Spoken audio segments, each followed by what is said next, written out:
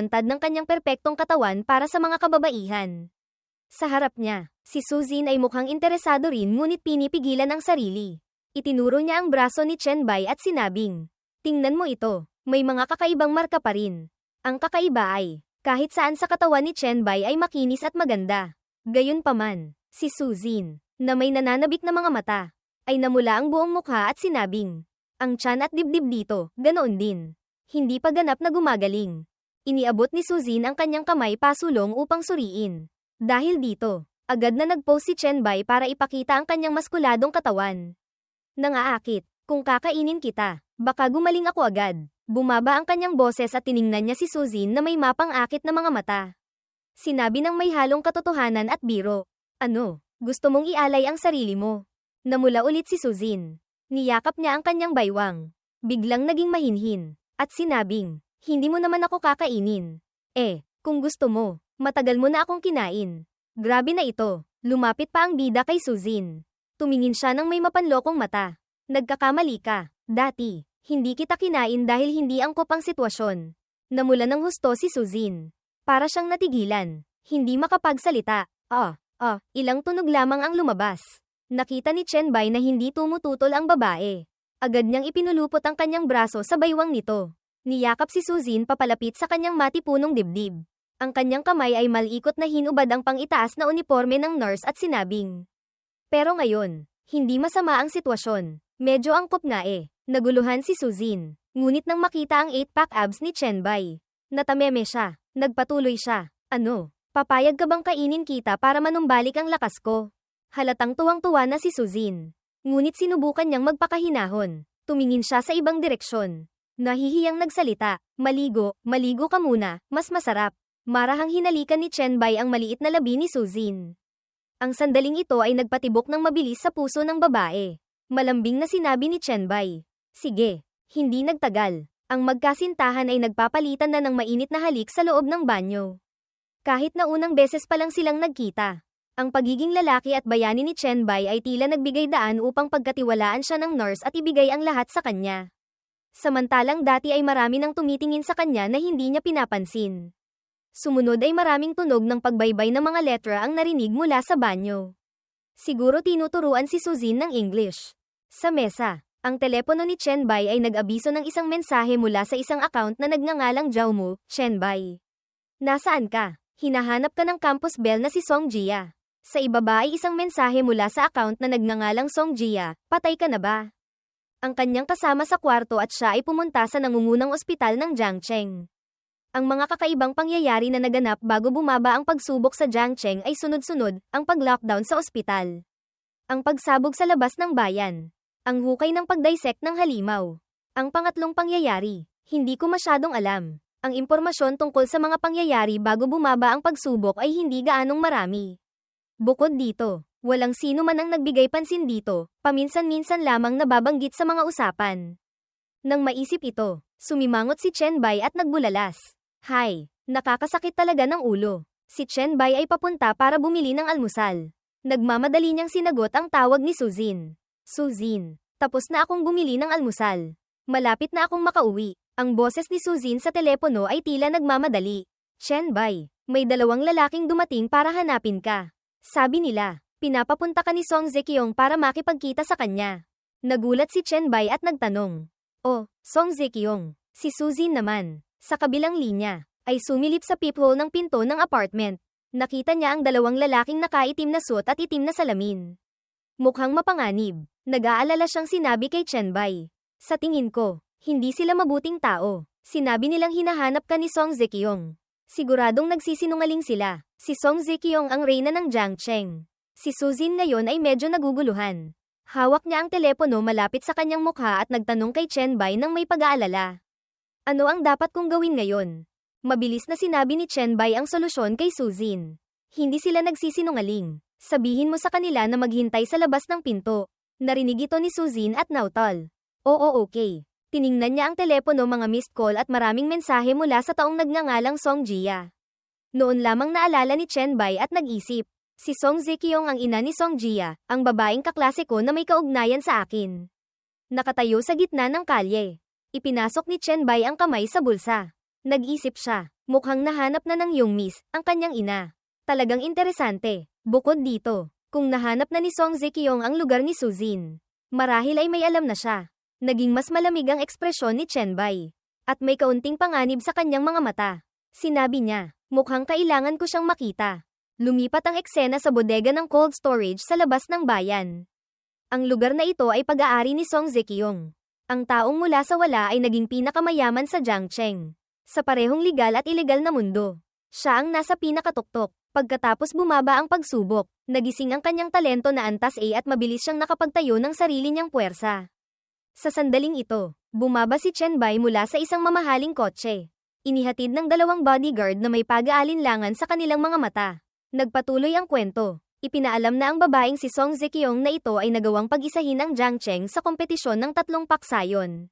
Siya ang tunay na reyna ng Jiangcheng.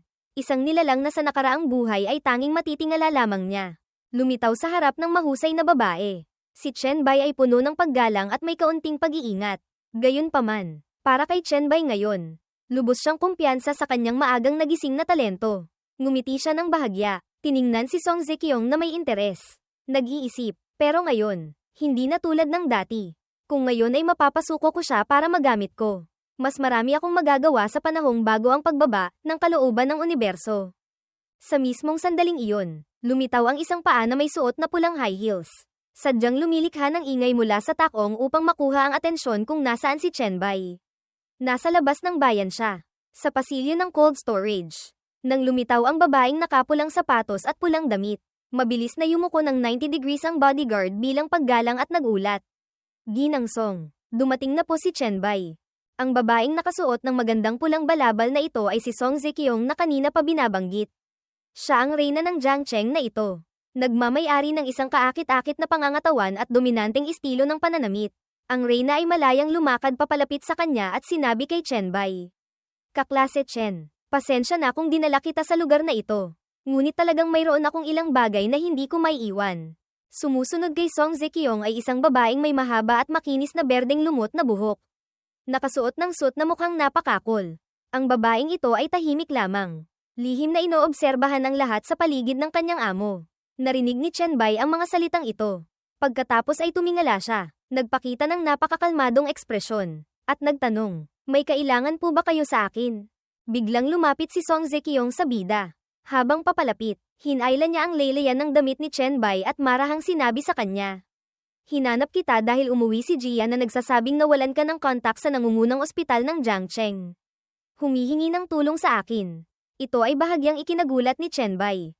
Pagkatapos, sinikap ng babaeng ito na lumapit pa kay Chenbai. Iwinagayway ang kanyang umaalong buhok. Nagpatuloy. Dinala kita rito para tingnan kung anong klase ng binata ang nag-aalala kay Jia ng ganito.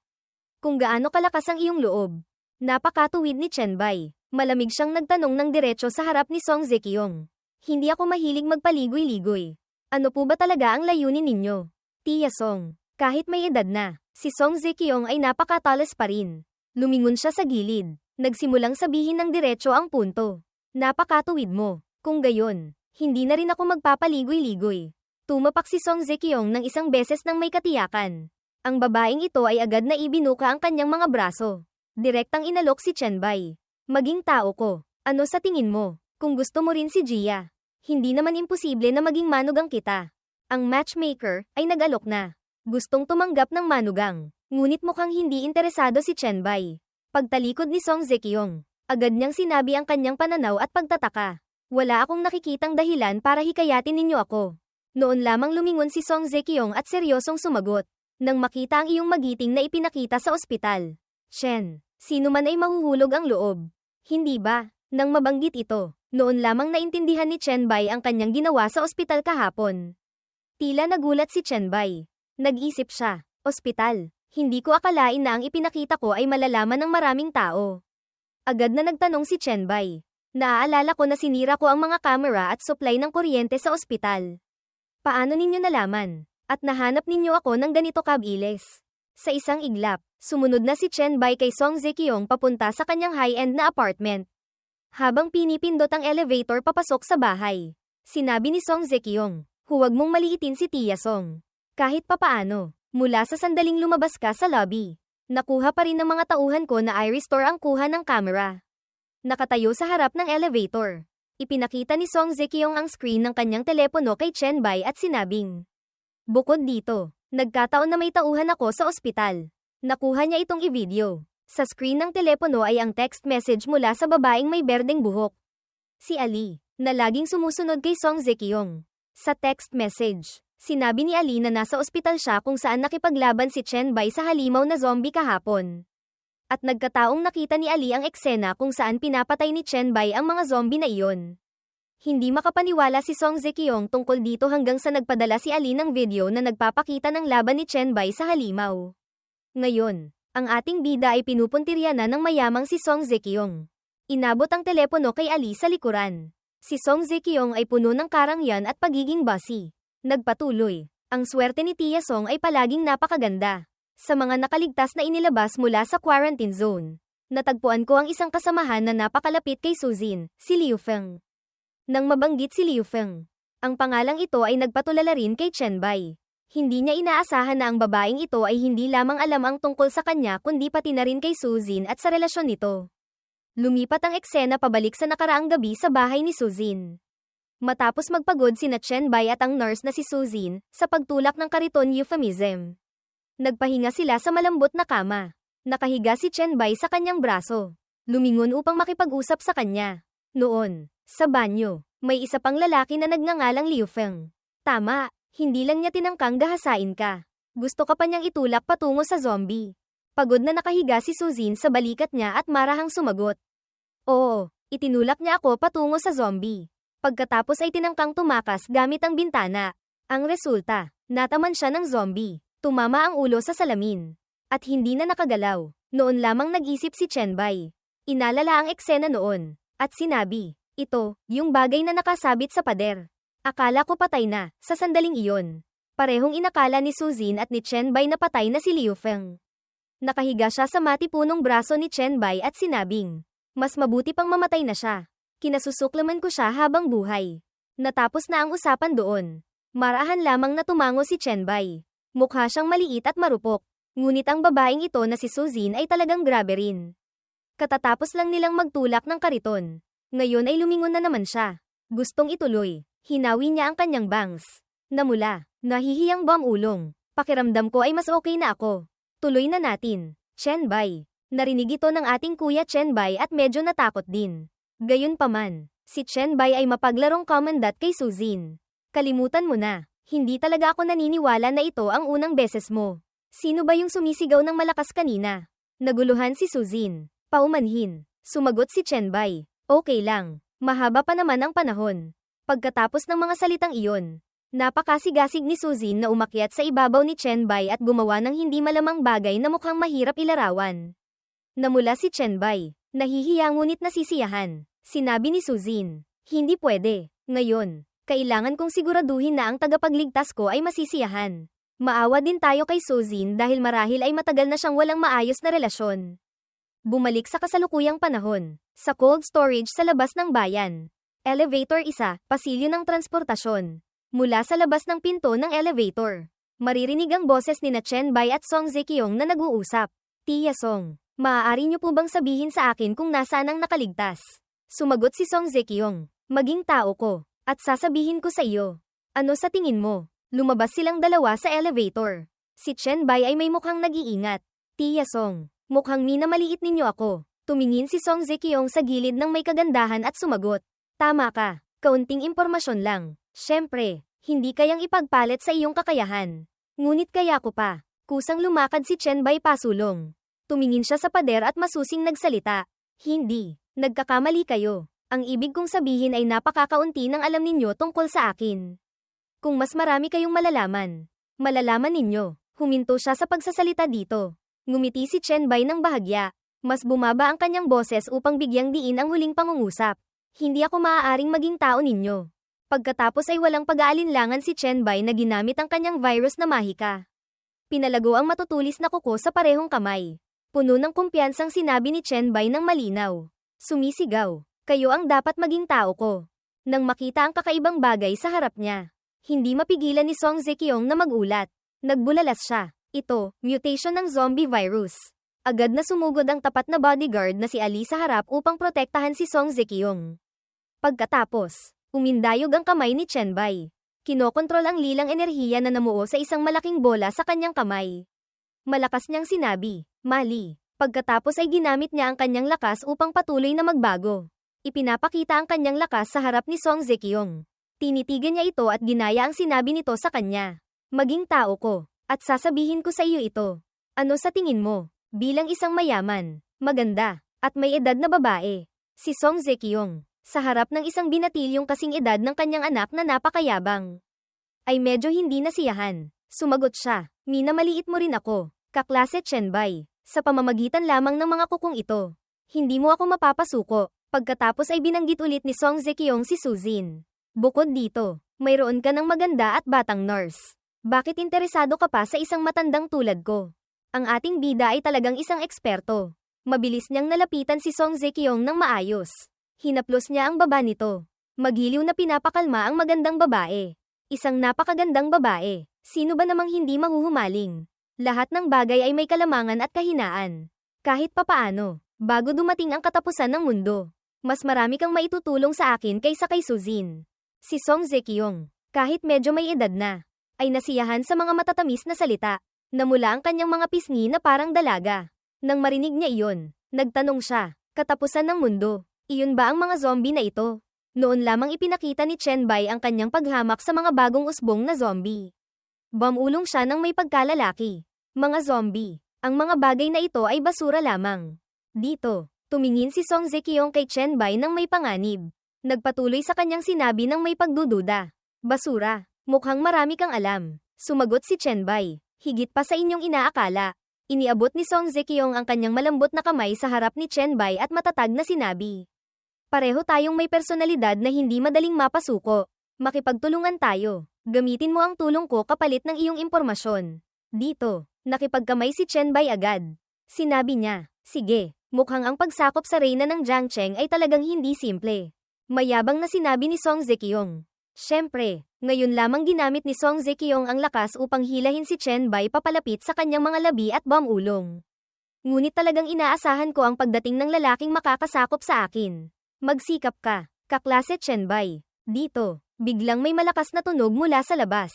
Bang! Mukhang putok ng baril. Ito ay nagpagulat sa tatlong tao sa loob ng bahay. Lahat sila ay nataranta. Tumingin si Chen Bai sa direksyon ng pinto.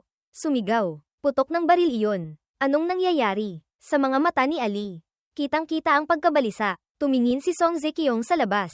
Maingat siyang nagsalita. "Kagabi, ipinadala ni Commander Wang mula sa Jiangcheng Military Region si Zhao Liancheng para makipag-ayos sa akin. Ginamit nila ang isang bahagi ng cold storage para sa pag-freeze ng mga zombie at pag-isolate sa mga nakaligtas na nailigtas mula sa ospital." Tumango si Chen Bai bilang pag-unawa. Pagkatapos ay nagdagdag si Song Zekyong na may malalim na tingin. Ang putok ng baril na ito ay malamang na mula sa kanila. Ngunit bakit ito nangyari? Ang mga zombie ay mahigit 30 lamang, nakakulong sa cold storage. Halos hindi na sila makagalaw. Ang aming kumpanya ay nakaistasyon dito.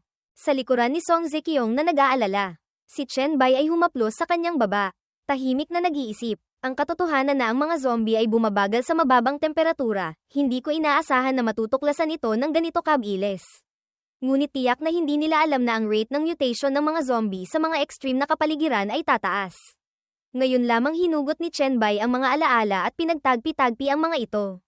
Nag-isip siya. Cold storage sa labas ng bayan, nag-mutate ang mga zombie. Matapos ang mahabang pag-iisip, sa wakas ay napagtanto ni Chen Bai. Hindi kaya, ito ang lokasyon ng pagsabog sa labas ng bayan. Halos alam na ang pangyayari. Nanguna si Chen Bai sa paglakad. Ang kanyang mga mata ay determinado habang nakatingin sa unahan. Sinabi sa dalawa, Song Zekyong at Ali. "Tara, tingnan natin." Sa puso ni Chen Bai. Siya ay nasa sabik, nag-iisip, napakaganda. Hindi ko alam kung anong klaseng mutated na nilalang ito.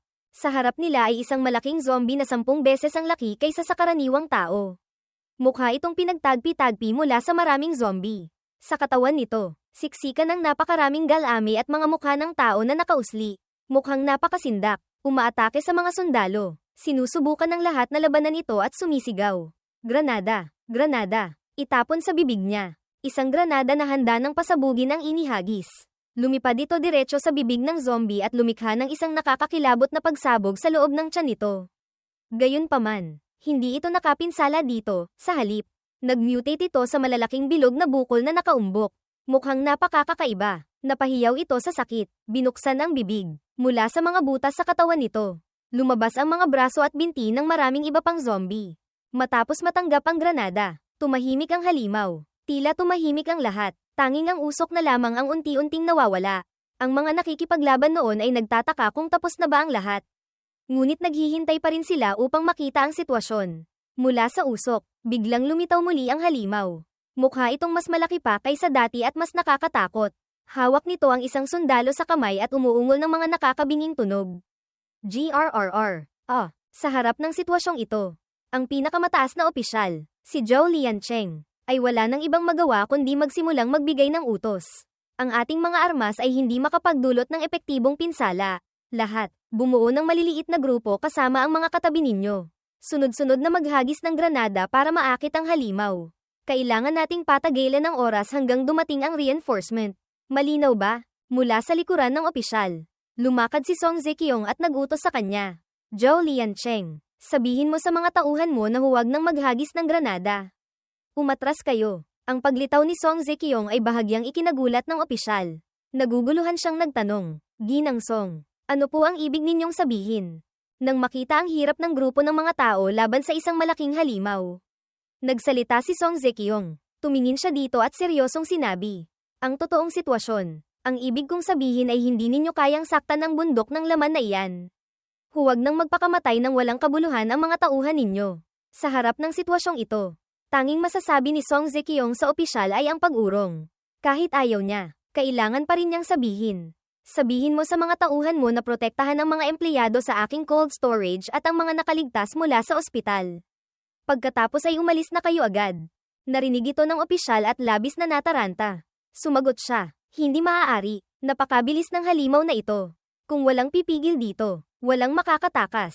Sa sandaling iyon, may isang magandang babae na natamba sa daan at hindi na makatakbo pa.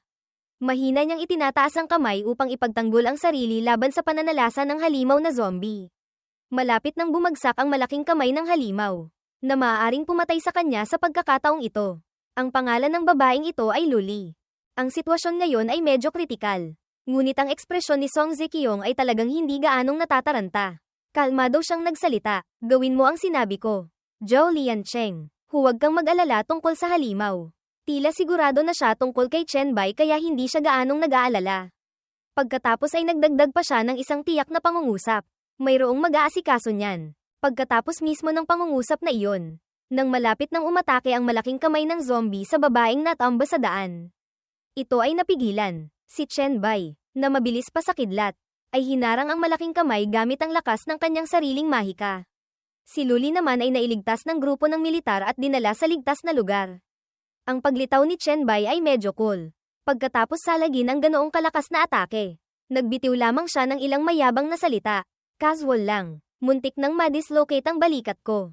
Kung umabot na sa ganitong antas, mukhang hindi na pwedeng makipagsabayan ng harapan. Agad na nagalit ang halimaw matapos sumablay ang isang atake. Itinaas nito ang malalaking kamay sa langit at handang ibagsak kay Chen Bai. Sa mga kamay naman ni Chen Bai, nagsimula na ring tumubo ang maraming matutulis na kuko mula sa virus na mahika. Ganoon na lamang, kumuha ng buwelo si Chen Bai at humarurot paakyat sa malaking braso ng halimaw. Kinaskas niya ito ng maraming beses sa zigzag na paraan, na hindi inaasahan ng zombie. Napahiyaw ito sa sakit hanggang sa lumabas ang kamay nito mula sa mata. Pagkatapos ng atake, umatras si Chen Bai at ligtas na lumapag. Ginamit niya ang dalawang paa, isa sa unahan at isa sa likuran, upang mapanatili ang balanse. Sa panig naman ng halimaw, tumalsik ang sarsa sa balat nito, at natigilan ito ng ilang segundo. Ang malaking halimaw na may maraming malalaking bukol sa katawan at maraming mukha na mukhang napakasindak, ay umikot-ikot ng ilang beses. Ang maraming mukha nito ay kumunat sa hirap. Halos bumagsak ito sa harap ni Chen Bai. Tila hindi na nito matukoy ang kalaban nito kaya iwinasiwas nito ang kamay. Umikot, at sinuntok ang sarili sa pader. Nagtagumpay na sirain ang isang malaking bahagi ng pader dito. Nasaksihan ng opisyal ang kakayahan ni Chen Bai at labis na nagulat. Nagtanong siya, ano siya? Nag-aalaga ka ba ng halimaw? Si Song Zekiong, na may mukhang puno ng pagmamalaki, ay kumandat at sumagot, "Anong pinagsasabi mo? Zhou Liancheng, tao siya, kasosyo ko siya." Ngayon, bumalik tayo sa direksyon ni Chen Bai. Nakatayo siya sa ibabaw ng isang malaking bundok ng laman. Ito ay nagpaningning sa mga mata ng halimaw. At mukha itong napakagutom. Nakapamayaiwang si Chen Bai. Mayabang na sinabi, "Hindi ito pwedeng kainin." Mula sa loob ng katawan ni Chen Bai, lumabas ang maraming lilang galami na kumikinang. Ginagamit niya ang kanyang kakayahang ebolusyon at paglamon. Nagpatuloy si Chen Bai, "Sayang lang ang mga ito sa iyo." Ang mga galami ay kumalat sa malaking bundok ng laman sa ilalim ng kanyang mga paa na parang mga ugat ng puno. Kumikinang ito. Nakita ito ng halimaw at nainis. Malakas nitong iwinasiwas ang kamao at ginamit ang lakas upang sumugod patungo sa bida. Ang atake ng halimaw na zombie na ito ay napakalakas na nabutas nito ang isang buong pader. Umabot ang suntok nito hanggang sa ang braso nito ay bumaon hanggang kilikili. Nasaksihan ito ng opisyal at ni Song Zekiong. At pareho silang nag-alala para kay Chen Bai. Paano naman matatalo ang ating bida sa isang ordinaryong halimaw? Agad na lumitaw ang panel ng sistema. Abiso ng sistema, paglamon kumpleto. Nilamon ng sistema ng nagyayelong karne ng baka. Kasabay nito, si Chen Bai ay lumilipad paitaas. Malinis na naiwasan ang suntok ng halimaw. Nagpatuloy ang panel ng sistema. Abiso ng sistema, nag-i-evolve ang Blacklight virus. Ang lakas at pagtitiis ay bahagyang tumaas. Nahirapan ang zombie hanggang sa umikot-ikot ito. Si Chen Bai naman ngayon ay napakakalmado at gwapo.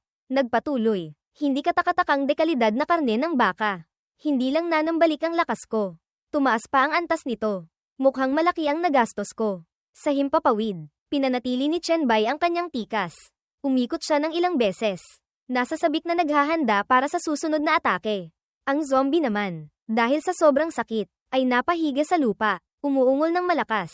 Sa tamang sandali, nagpasya si Chen Bai na ibigay ang huling dagok. Ang virus na mahika ay humaba sa kanyang kamay. Bumuo ng matutulis na kuko. Umikot siya, kumukuha ng buwelo habang sumisigaw ng may lakas. Sunod, "Dapat ka nang mamatay." Natakot ang zombie. Ang mga kamay nito sa dalawang mata ay mahigpit na nakakuyom. Ang bibig nito ay napilipit habang sumisigaw. Ang atake ni Chen Bai ay parang isang malaking kidlat na tumama diretso sa ulo ng halimaw. Nagpatamba dito sa lupa na parang isang taba. Dahil sa bigat nito, nayanig din ang buong lugar. Hindi pa tapos doon. Sumugod si Chen Bai. Direktang kumakalmat sa lugar kung saan tumama ang atake. Lalong naging masigasig siya sa pagbutingting sa matabang katawan na iyon. Talagang mas mahusay ang may teknik kaysa sa laki lamang. Si Chen Bai ay lumitaw at naglaho ng coal sa pagitan ng dalawang kamay ng halimaw na nawawalan na ng lakas at bumabagsak paatras. Nasa fighting stance siya na may parehong kamay na may matutulis na kuko mula sa kanyang virus na mahika. Sumimangot si Chen Bai. Nagbitiw ng isang mayabang na linya. Sakto lang. Pagkatapos ay ang pagpapakita ng ebolusyon at paglamon gamit ang kanyang mga mutated na galame. Tumayo si Chen Bai sa gitna. Ibinuka ang mga braso. Kinokontrol ang mga galame na kumapit sa dalawang malalaking kamay ng zombie. Nang masaksihan ito ng opisyal, labis siyang natakot. Namutla ang kanyang mukha at pinagpawisan ng husto. Ulong. Iyon, ano iyon? Tiyak na hindi iyon tao. Ngumiti lamang si Chen Bai ng bahagya. Sinabing, "Ebolusyon." Napakadali ng lahat para sa kanya. Nakatayo sa ibabaw ng ulo ng halimaw na 10 beses na mas malaki kaysa sa kanya. Pinakilos niya ang mga galame sa bawat sulok upang lamunin ang buong malaking halimaw na ito. Tila dahil sa laki nito, medyo mabagal ang pagpuno ng mga galame.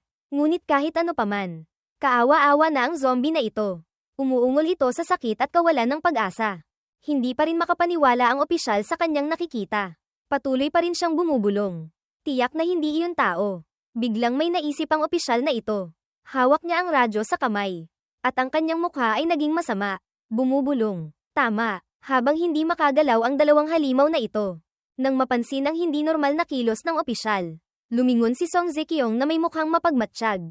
Hindi itinuturing ng opisyal na ito si Chen Bai bilang tao. Balak niyang patayin din si Chen Bai para sa kaligtasan ng lahat. Sumigaw siya sa radyo. Nagbibigay hudyat sa kanyang mga tauhan sa ibaba na naghahanda ng umatake. Ito si Old Zhao. Dumating na ba ang ating reinforcement? Humihingi ako ng pahintulot na magpaputok ng missile. Ang mga coordinate ay, bago pa niya matapos ang pangungusap, marahang tinapak ng mahahabang daliri ni Song Zekiong ang kanyang balikat. Lumingon ang opisyal na ito na may takot, na parang naramdaman niyang may mali siyang ginawa. May kalmadong diwa at puno ng karisma. Marahang sinabi ni Song Zekyong sa opisyal ng ilang salita. Kung alam ka, Zhou Liancheng, pag-isipan mong mabuti. Tinutulungan niya tayo ngayon. At tinutulungan ka niya. Si Ali sa likuran ay halataring naiinis sa paraan ng pag-iisip nito. Kumunat ang noo ni Song Zekyong sa inis. Tinitigan niya ang opisyal na may tingin na parang babala. Huwag kang gumawa ng katangahan na magdudulot ng masamang kahihinatnan sa lahat.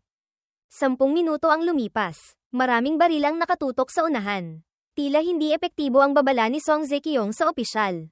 Napapaligiran si Chen Bai ng napakaraming sundalo ng militar, na may kumpletong armas, kabilang ang mga bulletproof vest at harang na gawa sa mga sandbag. Seryosong tiningnan ni Chen Bai ang kanyang dalawang kamay. Siya ngayon ang sentro ng atensyon ng lahat. Itinaas ng opisyal ang radyo malapit sa kanyang bibig at nag-abiso sa lahat ng miyembro ng team.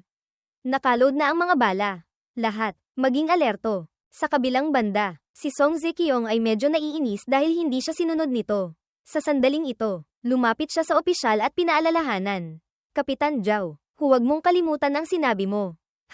Ang ekspresyon ng opisyal ay mukhang napakaseryoso. At lubos siyang nakatuon. Ngunit sumagot pa rin siya kay Song Zekyong.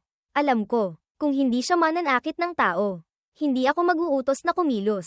Hindi alintana ang lahat ng nasa paligid niya. Tumingala si Chen Bai at ninamnam ang bagong lakas na kanyang natipon. Ang paligid niya ay tila napunta sa isang lihim na lugar na puno ng lakas ng virus. Pagkatapos ay 2 panel ng sistema ang sunod-sunod na lumitaw. Paalala ng sistema, unang beses na makuha ang variant ng Rosen Zombie uri ng lakas. Pangunahing antas, natanggap ang 500 puntos ng virus. Paalala ng sistema, na-unlock ang kakayahan ng talento ng Virus King, paghawa ng virus. Kalmadong tumingala si Chen Bai. Naging mas matatag ang kanyang mga mata. Isa pang bagong panel ng sistema ang lumitaw. Paalala ng sistema, nilamon ang bihirang mutated na anyo sa unang yugto ng malakas na Rosen Zombie. Ang lahat ng kakayahan ng Blacklight virus ay lubos na napabuti. Ipinakita ni Chen Bai ang kanyang lakas sa pamamagitan ng kanyang braso na nagmutate sa matutulis na kuko. Ipinapakita ang kanyang kakayahan ng may pagmamalaki. Isa pang bagong panel ng abiso ang lumitaw. Paalala ng sistema, na decompose upang makuha ang kakayahan ng Rosen uri ng lakas, kakayahang malakas na martilyo. Pagkatapos, sa gitna ng usok at alikabok, muling nagpakawala si Chen Bai ng isang suntok upang subukan ang kanyang kasalukuyang lakas. Matapos masipsipang halimaw na zombie, naging mas marahas siya. Tiningnan niya ang kakayahang mag-mutate ng virus na mahika mula sa kanyang kamay. Marami itong pagbabago kumpara dati. Mas matulis ang mga kuko at mas maraming detalye para sa aktwal na laban. Humanga si Chen Bai. Tunay ngang nag-evolve ulit. Malaki ang itinaas. Ngayon, lubos siyang nasisiyahan sa pagkakaroon ng kakayahang gawing matulis na armas ang isang braso. Habang ang isa naman ay lumilikha ng malaking masa para sa puwersa sa pakikipaglaban. Tiningnan niya ang kanyang braso na lumaki na parang martilyo. Nasisiyahang nag-isip, malakas na martilyo. Nararamdaman ko ang napakalakas na kapangyarihan. Ngunit sayang, walang masusubukan ngayon. Pakiramdam niya ay sapat na ito. Nagpa siya si Chen Bai. Tama, ito ang pinakamalaking ani ko ngayon. Pagkatapos ng linya, nagpa siya siyang bawiin ang mga galami sa kanyang katawan. Sa kanyang kamay ngayon ay isang pulang globo. Ang panlabas na layer nito ay mukhang goma. At marami itong hiwa na nagpapakita ng puti sa loob. Nakapamayaiwang. Tinitigan niya ang globo na kasing laki ng mansanas. Nag-isip si Chen Bai. Ang nukleo ng Rosen na ito, napakabihirang materyal. Maaaring gamitin upang lumikha ng kagamitan. Kung makahanap ng paraan upang kontrolin ito, maaari pa itong gamitin upang magtayo ng isang walang hanggang lumalagong pader ng depensa. Inilapit niya ang nukleo sa kanyang mga mata. Sumulyap si Chen Bai sa gilid. Bago kumilos, medyo nag-alinlangan din siya. Nag-iisip, kailangan ko ba itong pakainin ng kaunti?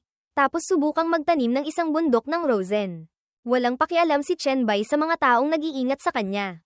Habang ang ating bida ay nakikipagdebate sa sarili. Napakaraming tao ang naghihintay sa bawat kilos niya. Lumapit si Song Zekyong at tumawag. Chen Bai. Narinig ito ni Chen Bai at mabilis na itinago ang nukleo ng Rosen sa bulsa ng kanyang jacket. Iniabot niya ang kanyang kamay at nagpakilala. Hayaan mong ipakilala ko siya sa iyo. Sabi ni Song Zekyong. Ito si Luli. Pagkatapos niyang magsalita, isang babaeng nakasuot ng puting t-shirt at itim na hapit na palda ang lumapit. Napakaganda niya. May mahabang kayumangging buhok. At mukhang masigla si Luli nang unang makita si Chen Bai. Sa pagkakataong ito, si Chen Bai ay nagpakita rin ng paggalang. Napakadisente niyang ipinag-cross ang kanyang mga braso at nagsabi ng ilang salita tungkol sa babaeng ito. Luli, kilala kita. Sikat ka sa Jiangcheng. At sikat ka rin sa internet. Ikaw siguro yung kumuha ng mga lihim na litrato sa ospital. No, dito. Napakasaya ni Luli. Masigla siyang itinaas ang dalawang daliri bilang pagbati. Hello. Pagkatapos ay masaya siyang nagsabi. Ako nga, salamat sa pagligtas mo sa akin ng 2 beses. Sadyang lumapit si Chen Bai kay Luli. Mas matangkad siya ng isang ulo sa babae. Kaya bahagya siyang yumuko upang sagutin ang pasasalamat nito at nagtanong pa. Wala yun. Kanina, noong pinatay ko si Rosen. Na-record mo ba? Natakot si Luli na masaktan ang damdamin niya kaya maingat siyang sumagot. Paumanhin po, occupational hazard ko kasi. Pwede ko namang burahin. Ngunit hindi pa rin naguluhan si Chen Bai. Mahinahon siyang nagsabi, naitago mo na. Huwag mo lang ilalabas. May paggagamitan ako niyan. Pinutol ng opisyal ang usapan ng dalawa. Hindi gaanong masaya ang itsura. Nagsalita, maaari ko bang itanong kung ikaw si Chen Bai? Umaasa si Commander Wang ng aming military region na maiuulat mo sa amin ang buong sitwasyon na alam mo. Nang marinig ito at makita ang opisyal na nakatayo sa likod ng pader ng mga sandbag. Hindi alam ni Chen Bai kung ano ang sasabihin. At may naalala siyang ilang bagay. Commander Wang, Huang Xiangshu, talagang isang pangalan na hindi makakalimutan ng mga tao. Sa isip ni Chen Bai, pagkatapos bumaba ang katapusan ng mundo. Ang mga nagising na tulad namin ay ginamit na parang mga aso't baboy. Sa simula, ginamit pa nila ang kadakilaan ng bansa para aliwin kami. Kalaunan, pang-aabuso at pagmumura na lang ang ginawa nila. Isa si Chen Bai sa mga desperadong naroon araw-araw. Kahit pagkain ay hindi binibigyan. Nakakatawa, sino mang sumubok umalis ay pinaratangan niyang taksil sa bayan at tinugis hanggang sa mapilitan siyang umalis ng Jiangcheng. Bumalik sa kasalukuyan, lumingon si Chen Bai upang tanungin si Song Zekiong. Ginang Song, kailangan ko bang mag-report? Sa sandaling ito, ibinaba ni Song Zekiong ang kanyang mukha at sumulyap sa mapagkunwaring opisyal. Nagsalita, syempre hindi, wala pa nga akong alam eh. Pagkatapos ay bahagyang ngumiti si Chen Bai. Bumulong siya ng isang salita. Sige, lumingon si Song Zekiong paarap. May mapagmataas at makapangyarihang aura. Nagsalita, alam ko na, hayaan mo akong ayusin ito. Mag-ara siyang lumakad patungo sa opisyal. Bago pa man siya makapagsalita, naguluhan na ang lalaki at naunang nagsalita. Ginoong Chen, Ginang Song, umaasa akong tutuperin ninyo ang inyong tungkulin bilang mamamayan ng Longguo. Malakas na itinapak ni Song Zekiong ang kanyang pulang high heels sa lupa. Huminto malapit sa pader na puno ng sandbag. Tinitigan niya ng masama ang opisyal gamit ang matatalim na mata. Mukhang galit na galit at seryoso. Nagsalita ng mabigat, anong obligasyon ang pinagsasabi mo? Zhou Liancheng, huwag mong gamitin ang ganyang tono sa akin. Kahit ang pagiging kapitan ng kumpanya ay hindi ka karapat-dapat. Sabihin mo kay Huang Xiangshu. Kung may problema siya, siya mismo ang pumunta rito at hanapin ako. Dito, tuluyang natigilan ng opisyal. Nautal lamang siya ng ilang salita. Ginang, ako. Bago pa siya makapagsalita, isang tauhan niya ang nagmamadaling tumakbo at nagulat. Kapitan Zhao, nagkakagulo ang mga naka-quarantine doon. Tingnan ninyo po kung ano ang dapat gawin. Nagkataon. Kailangan din ni Chen Bai ng kaunting impormasyon tungkol sa mga naka-quarantine. Sumingit siya sa pagitan nilang dalawa. Tinanong ang tauhan, mga naka-quarantine, mayroon bang nagngangalang Liu Feng doon? Kahit hindi niya gusto, lumingon pa rin ang opisyal. Nagngit-ngit ang mga ngipin, at nagtanong, mayroon ba o wala? Napilitang sumagot ang tauhan na may pagkalito. Mayroon po, siya ang pinakagumugulo. Napakaseryoso ngayon ni Chen Bai. Lumingon at nagsalita ng diretso sa opisyal. Kapitan Zhao, gusto kong makita ang taong nagngangalang Liu Feng na iyon. Nakatayo kaharap niya. Agad na pumayag si Kapitan Zhao sa hiling ni Chen Bai. Inutusan niya ang kanyang tauhan. Dalhin mo siya rito. Sumaludo ng maayos ang tauhan at sumigaw. Opo, ilang sandali ang lumipas. Lumapit ang lalaking nakaputing t-shirt at dilaw na buhok. Siya ang unang nagsalita. Kapitan Zhao, hinahanap niyo raw ako. Tumawag na ba ang tatay ko sa inyo? Nang makita ng lahat si Liu Feng, lumapit sila upang tingnan siyang mabuti. Talagang kasuklam-suklam ang mukha ng Liu Feng na ito. Matapos niyang pagdaanan ang lahat ng iyon, mayabang pa rin siya. Hindi pa man. Nagmamalaki na siya. Ang tatay ko ang bise-direktor ng ospital BLG. Isa, si Liu Wainong. Bago pa man, isang kamay ang marahang damapo sa balikat ni Liu Feng, na nagpalingon sa kanya. Kamay ito ni Chen Bai. Ipinatong niya ang kamay sa balikat ng lalaking ito at lihim na ginamit ang talento, paghawa ng virus, zombie virus. May bakas pa ng lilang mahika sa mga mata ni Chen Bai dahil katatapos lang niyang gamitin ito. Sumulyap siya kay Liu Feng at nagkunwaring walang nangyari. Ako ang naghahanap sa iyo.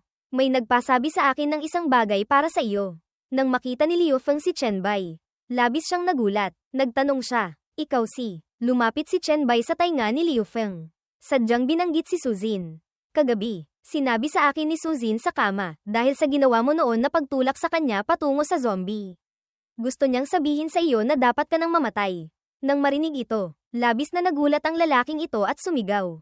Nagtatanong, paano mo nalaman iyon? Imposibleng buhay pa siya. Kusang lumayo si Chen Bai at sumigaw para mapansin ng maraming tao. Lahat, umatras kayo ng kaunti, malapit na siyang maging zombie. Dahil medyo sensitibo ang isyong ito. Lahat ay naging maingat at nagsimulang itutok ang mga baril sa direksyon ni Liu Feng. Nagsimula siyang magalit at sumigaw.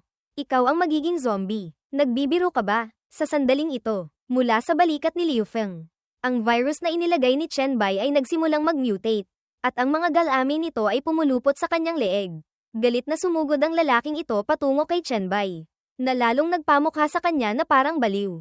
Sumisigaw, hayop ka, naglakas loob kang biruin ako. Si Suzin, napakahirap pakisamahan, paano siya makakasama sa iyo? Nakapagsalita lamang siya ng ilang salita. Kasama mo, nang si Liu Feng ay napalibutan na ng mga galami ng virus hanggang sa mukha. Sumigaw siya, og. Diretsong sumugod si Liu Feng patungo kay Chen Bai. Dahil pinasok siya ng virus. Nag-mutate ang kanyang katawan, ang parehong kamay ay naging lila. Mga galami na lumalabas mula sa dalawang mata. Ang braso ni Liu Feng ay mahigpit na nakakuyom. Kumakalat ang kumikinang na virus na mahika. Ginamit niya ang kanyang lakas. Pagkatapos ay sumuntok sa kalaban. Ang kamao ni Chen Bai ay daan-daang beses na mas malaki kaysa sa karaniwang kamao. Dumaan ito sa tapat ng mukha ng opisyal, na halos maihi sa takot. Pagkatapos, binawi niya ang kamao na umuusok pa ng malakas. Nag-isip si Chen Bai, hindi masama, mas malakas ang puwersa kaysa sa inaasahan ko. Tumalsik ang sarsa sa kalahati ng mukha ng opisyal. Ang buong katawan niya ay natulala. Hindi nang ahas gumalaw. Unti-unting nawala ang mga galami ng mahika sa kamay ni Chen Bai. Handa nang umalis si Chen Bai. Lumingon siya at sinabi kay Song Zekiong, Tara na, Ginang Song. Ang ipinakita mo ay maituturing na pasado. Pagbalik natin, pwede kitang sabihan ng ilang bagay. Narinig ito ni Song Zekiong at medyo nagulat. Pagkatapos ay sumunod malapit sa mga yapak ni Chen Bai at marahang sinabi. Mula ngayon, pwede mo na akong tawaging Zekiong. O kaya ate, elder sister. Nagulat ang ating dakilang tanga na si Chen Bai. Nagtanong, oh, bakit? Lumapit ang magandang babae kay Chen Bai. Kusang hinawakan niya ang kamay nito. Malambing na nagsalita, sa tingin ko, hindi ako lugi na maging kasosyo mo. Pagkatapos ay kusa siyang nag-alok. Ngayon, gusto kong maging tao mo, pwede pa ba? Ang ipinakita ni Chen Bai ay sumikop na sa matigas na babaeng ito. Nang marinig niya ito, hindi niya alam kung ano ang sasabihin. Talagang mahusay ang ating bida. Pagkatapos ay tumingin siya sa malayo at bumaba ang kanyang boses. Nagsalita, kung gayon, kailangan ko lang tingnan ang iyong halaga at pagganap. Isang mamahaling puting kotse ang mabilis na tumatakbo sa malaking kalsada. Ang kotse na ito ay pag-aari ng Madam Song Zekiong. Sa loob ng kotse, si Ali ang nagmamaneho. Katabi si Luli. Sina Song Zekiong at Chen Bai ay nakaupo sa likuran. Lumingon siya ngayon upang sabihin sa kanya. Tamang-tama, iniimbitahan kita, Shen, na kumain sa bahay ko. Ha, marahil pagkatapos ng medyo nakakapagod na laban. Malamig lamang na sinabi ni Chen Bai ng ilang salita. Bago tayo pumunta sa bahay mo, huwag mo muna akong istorbohin. Sa kabaligtaran, napakasigla ni Song Zekiong. Mabilis siyang sumagot. Sige, nakaupo sa kotse. Ipinasok ni Chen Bai ang kamay sa bulsa ng kanyang jacket. Binigyan niya ang sarili ng sandaling katahimikan at nag-isip. Oras na para buksan ang mga premyo. Tingnan natin kung ano ang magagandang bagay sa gantimpala sa pagtalo kay Rosen. Sa sandaling ito, sa mga mata ni Chen Bai, lumitaw ang isang panel ng abiso. At ipinakita nito ang kanyang imbentaryo. Buksan ang imbentaryo. Aba, may 2 skill book. Mukhang hindi masama ang swerte ko. Ngayon, nagpatuloy ang isang panel ng abiso na lumitaw, Bloodthirsty Frenzy, Aktibo, Epiko, lahat ng katangian ay tumataas ng 3 beses. Tumatagal ng 10 minuto. Cooldown, 1 araw. Sa panahon ng cooldown, lahat ng katangian ay bumababa ng 50%. Nakatutok lamang ang mga mata ni Chen Bai sa screen ng abiso. Tila lubos siyang nakatuon habang nag-iisip. Ang bagay na ito, para sa akin. Ito ay isang pagkawala, high risk, low reward. 2 libro sa inventaryo ni Chen Bai ang ipinakita sa panel ng abiso, muscle enhancement, pasibo, E-rank, ang masa ng kalamnan ay lubos na tumataas. Ang epekto ng paglago ng lakas at stamina ay nadodoble. Pagkatapos suriin sandali, naramdaman niyang hindi ito maganda. Hindi ito pwede. Ayon sa alam ko, ang paggamit nito ay magiging isang muscle freak habang buhay. Ang pagiging flexible ay lubhang mababawasan. Pagkatapos ay pinaikit ni Chen Bai ang kanyang mga mata. Tiningnan ang panel ng sistema. Nagsimulang suriin ng mabuti ang kanyang lakas sa labanan. Kahit na walang silbi ito sa akin. Sa maagang yugto ng pagsubok, napakataas ng halaga ng 2 skill book na ito. Magaling itong gamitin sa pagbuo ng puwersa o pagkuha ng pabor sa iba. Ang panel ng sistema sa harap ni Chen Bai ay nagpakita muli ng isang halaga, 6 na gintong barya. 35 pilak na barya. 6 na gintong barya. Ang mga mata ni Chen Bai ay tumingin sa labas. Nagpatuloy siya sa daloy ng pag-iisip. Pagdating sa pagbuo ng puwersa. Oras na rin siguro para magsimula. No. Ang gantimpala sa pagpatay kay Rosen ay 6 na gintong barya, sapat lang para gumawa ng isang chat group. Lumitaw ang panel ng abiso, kumpirmahin ang paggawa ng chat group. Ngayon lamang iniabot ni Chen Bai ang kanyang kamay at pinili ang oo. Gumastos ng 5 gintong barya. Nagkalkula si Chen Bai. Maaari akong mag-ipon ng mga Pathfinder sa pamamagitan ng chat group. Tulungan silang gawin ng maayos ang mga pangunahing bagay bago maganap ang pagsubok.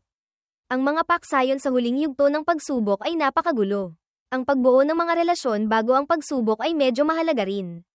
Nagpatuloy ang panel ng sistema, gumagawa ka ng chat group na may serial number 001. Mangyaring maglagay ng pangalan. Ang pagpili sa kanselahin ay automatikong magbibigay ng pangalan sa grupo. Pinili ni Chen Bai ang kanselahin. Lumitaw ang panel ng abiso, paalala, nagawa mo na ang grupo, chat group 001, sa isip ni Chen Bai ngayon. Lumitaw ang imahe ni Hila. Ang babaeng kinamumuhian niya hanggang kamatayan. Sa mga iniisip ni Chen Bai, puno ito ng sama ng loob. Determinado siya. Asterisk Hila. Muli kong itatayo ang Bai Di City at gagawin itong isang banal na kaharian. At ikaw, asterisk. Puno ng galit ang mga mata ni Chen Bai. Nagngalit ang kanyang mga ngipin. Nanumpa sa sarili. Ay magiging pinakaba kong aso. 3 oras ang lumipas. Sa villa ni Song Zekiong. Hindi may kakaila na siya ang pinakamayamang babae sa Jiangcheng. Ang lugar na ito ay parehong marangya at malawak. Nakadekwatro si Chen Bai sa sofa. Mukha siyang napakadesente. Si Song Zekiong ay puno ng pagtataka. Hinaplos niya ang kanyang baba. Tinanong si Chen Bai matapos marinig ang mga sinabi nito. Sa pagsubok ng universo, mahigit 70% ng mga tao ang nagiging halimaw at nagiging evolver. At saka, ang mga baril at karamihan sa mga elektron-ikong kagamitan ay nawawalan ng silbi. Nakatiklop ang mga braso ni Chen Bai. Seryoso at tiyak siyang nagsalita. Maaari ko lamang sabihin sa iyo ito. Sapat na ito para makayanan mo at makakuha ng kalamangan. Hindi ba? Lumingon si Song Zekiong. Bahagyang sumulyap sa kanya. At mayabang na humiling ng higit pa. Hindi sapat. Chen Bai, dumiretso ka na sa punto. Paano ako magiging tao mo? Sumandal ang ating bida sa upuan. Ipinatong ang isang braso, at nagsalita ng mas kalmado. Una, kakayahan. Hindi ko kailangan ng mga tinapon. Ngayon, nasa itaas ang ating bida. Nagpatuloy lang siya sa pagsasalita. Pangalawa, katapatan. Tulad ng isang aso na lubos na tapat sa kanyang amo. Tila lubos nang nakumbinsi si Song Zekiong. Ganoon ang kanyang mapagmataas na ugali. Ngunit nakatuon lamang siya sa kung paano magiging tao ni Chen Bai. Pinaikit ni Song Zekiong ang kanyang mga mata. Katapatan, kaya ko. Pagkatapos, sa kanyang napakakumpiyansang anyo, tumayo siya sa harap ni Chen Bai.